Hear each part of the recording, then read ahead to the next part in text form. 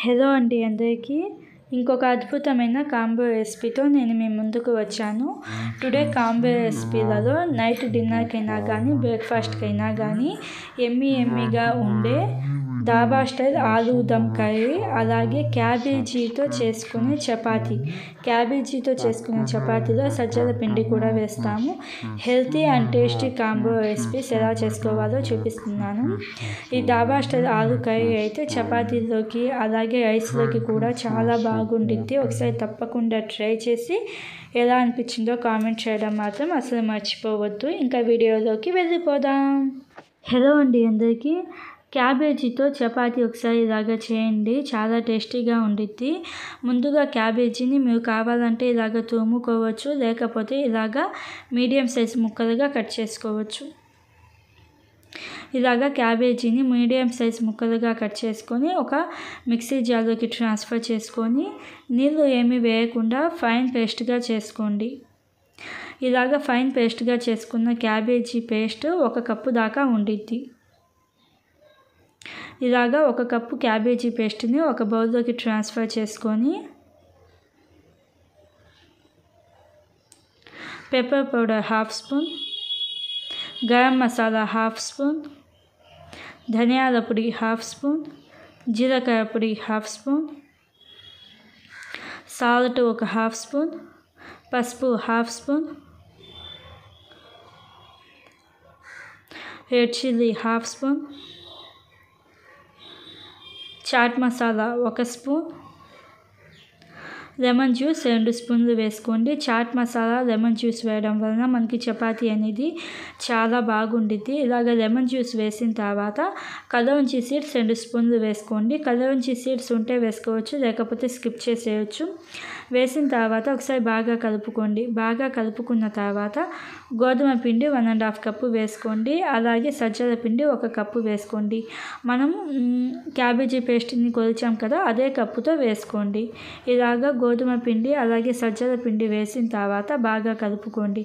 ఒకసారి బాగా కలుపుకొని శనగపిండి 3 స్పూన్లు, సూజీ అంటే ఉప్మా రవ్వ చెప్తాం కదా, సూజీ 2 స్పూన్లు వేసుకొని నీళ్ళు ఫస్ట్లోనే ఏమి వేయద్దు, నీళ్ళు వేయకుండానే బాగా కలుపుకోండి. ఇలాగా బాగా స్క్వీజ్ చేస్తూ బాగా కలుపుకున్న తర్వాత అప్పుడు మీకు కొంచెం వాటర్ పడతాయి అనుకుంటే కొంచెం వాటర్ వేసుకొని ఇలాగా చపాతీ పిండిలాగా బాగా కలుపుకోవాలి. ఒక 4-5 నిమిషాల పాటు పిండిని బాగా కలుపుకున్న తర్వాత పైన ప్లేట్ పెట్టేసి ఒక 10 నిమిషాల పాటు పక్కన పెట్టండి. 10 నిమిషాల తర్వాత ఈ పిండిని ఒక 2-3 నిమిషాల పాటు బాగా కలుపుకోవాలి. ఇలాగ పిండిని బాగా ఒత్తుకున్న తర్వాత మీడియం సైజ్ బాల్స్ లాగా చేసుకోవాలి. చేసుకొని మనం ఒక చపాతీ చేస్తాం కదా, మిగతా బాల్స్ మీద ఇలాగ ప్లేట్ పెట్టేసేయండి. ఇలాగ చిన్న చిన్న బాల్స్ని తీసుకొని ఒక 30 సెకండ్స్ పాటు బాగా ఒత్తుకొని కొంచెం గోధుమ పిండి చల్లుకుంటూ ఇలాగ చపాతీలాగా రోల్ చేసుకోవాలి. మరీ పలచగా కాకుండా కొంచెం మీడియం థిక్నెస్ ఉండేటట్టు ఇలాగ రోల్ చేసుకోవాలి. చిన్నపిల్లలకైతే ఇలాగ షేప్స్ చేసి ఇవ్వండి. డబ్బా మూతలు ఉంటాయి కదా, వాటితో చేయండి. వాళ్ళకి చూడడానికి కొంచెం డిఫరెంట్గా ఉండిద్ది కాబట్టి కొంచెం ఇష్టంగా తింటారు. పెద్దవాళ్ళకైతే ఇలా మామూలు చపాతీలాగా చేసుకోవచ్చు. ఇలాగ మీకు ఎన్ని కావాలంటే అన్ని చపాతీలు అన్నీ ఒకేసారి రోల్ చేసుకొని పెనం అనేది బాగా హీట్ అయిన తర్వాత హై ఫ్లేమ్లోనే ఒక 30 సెకండ్స్ పాటు ఎండు వైపులా మార్చుకోండి.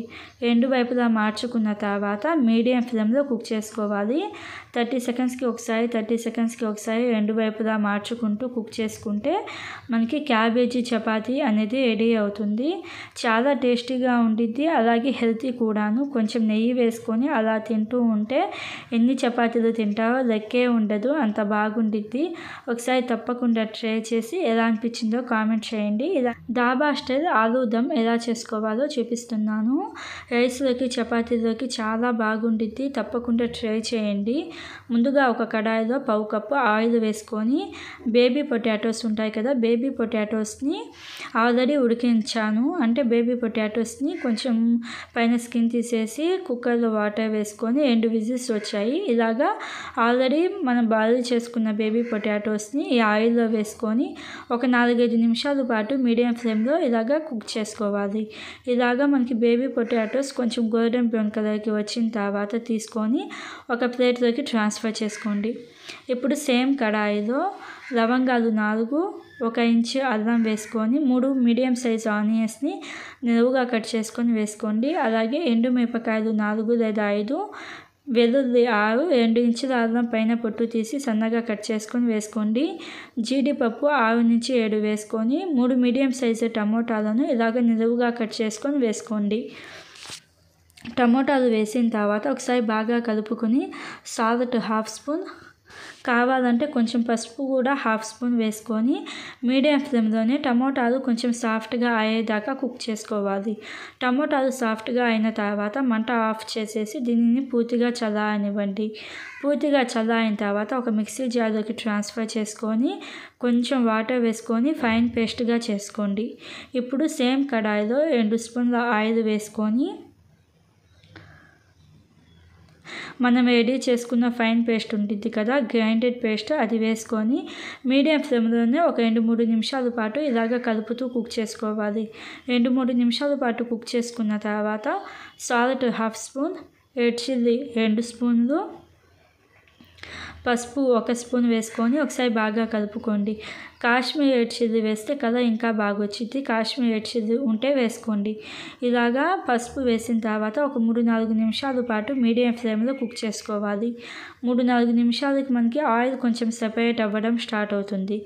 ఆయిల్ కొంచెం సెపరేట్ అవ్వడం స్టార్ట్ అయిన తర్వాత అదే మిక్సీ జార్లో ఇంకొంచెం వాటర్ వేసుకొని ఒక 1/2 కప్పు వాటర్ వేసుకోండి. వాటర్ వేసుకొని ఒకసారి బాగా కలుపుకొని పైన మూత పెట్టేసి ఒక 5 నిమిషాల పాటు కుక్ చేసుకోవాలి. ఈ 5 నిమిషాలలో మనం ఫ్రై చేసుకున్న బేబీ పొటాటోస్ ఉంటాయి కదా, ఈ బేబీ పొటాటోస్ అన్నిటికీ ఇలాగా ఒక ఫోర్క్ తీసుకొని హోల్స్ చేసుకోండి. హోల్స్ చేసుకున్న బేబీ పొటాటోస్ని గ్రేవీలో వేసుకొని ఒకసారి బాగా కలుపుకోండి.